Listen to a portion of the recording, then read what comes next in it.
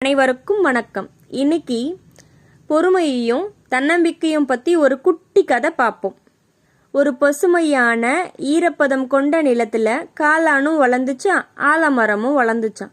காளான் ரொம்ப வேகமாக வளர்ந்து அதனுடைய ஆயுளும் ரொம்ப சீக்கிரமாக முடிஞ்சிரும். ஆனால் ஆலமரம் பொறுமையாக வளர்ந்தாலும் ரொம்ப வருஷம் நீண்ட ஆயுளோடைய வாழக்கூடிய ஒன்று. காளான் வளரும் பொழுது ஆலமரத்தை பார்த்து கேட்டுச்சான், என்னை பார்த்தியா நான் எவ்வளோ வேகமாக வளர்றேன் அப்படின்னு சொல்லிச்சான். ஆனால் ஆலமரம் எந்த பதிலுமே சொல்லாமல் ரொம்ப அமைதியாக இருந்துச்சான். திரும்பவும் காளான் முழுமையான வளர்ச்சியை அடைஞ்ச பிறகு ஆலமரத்தை பார்த்து கேட்டுச்சான், என்னை பார்த்தியா நான் முழுமையாக வளர்ந்துட்டேன், என்ன மாதிரி உனக்கு அவ்வளோ சக்தி இல்லை, உன்னாலாம் என்ன மாதிரி இவ்வளோ சீக்கிரம் வளர முடியாது அப்படின்னு சொல்லி ஏளனமாக பேசிச்சான்.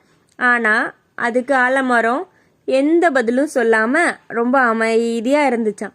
கடைசியில் ஆலமரம் பொறுமையாக வளர்ந்து வளர்ந்து வளர்ந்து முழுமையான மரமாகி நீண்ட ஆயுளோட ரொம்ப வருஷம் சந்தோஷமாக வாழ்ந்துச்சான்.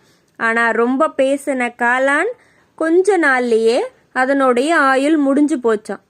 இப்படித்தான் நம்ம வாழ்க்கையில் யாராவது நம்மளை உன்னால் முடியாது, உன்னால் நடக்காது, உனக்கு அவ்வளவு அறிவில்லை, சக்தி இல்லைன்னு யாராவது சொன்னாங்கன்னா அதெல்லாம் பொய். நம்மளால எல்லாமே முடியும். ஆனால் நம்ம நம்பணும், அப்புறம் பொறுமையாக இருக்கணும்.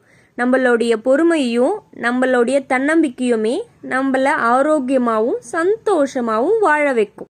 நாமளும் யாராவது நம்மளை ஏளனமாக பேசினா அவங்கக்கிட்ட பொறுமையாக இருந்து நம்ம தன்னம்பிக்கையோட நம்ம வாழ்க்கையில் கண்டிப்பாக வெற்றி அடைவோம். நன்றி.